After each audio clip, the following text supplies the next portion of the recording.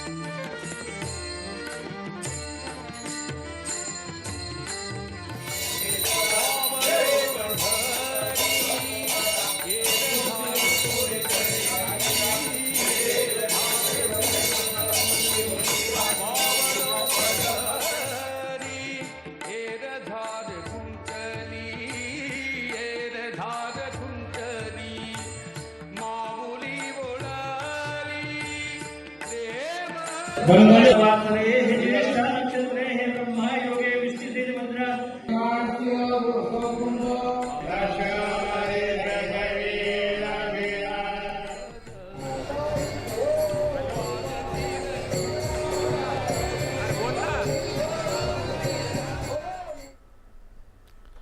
यानंतरच्या बातम्या काही क्षणातच।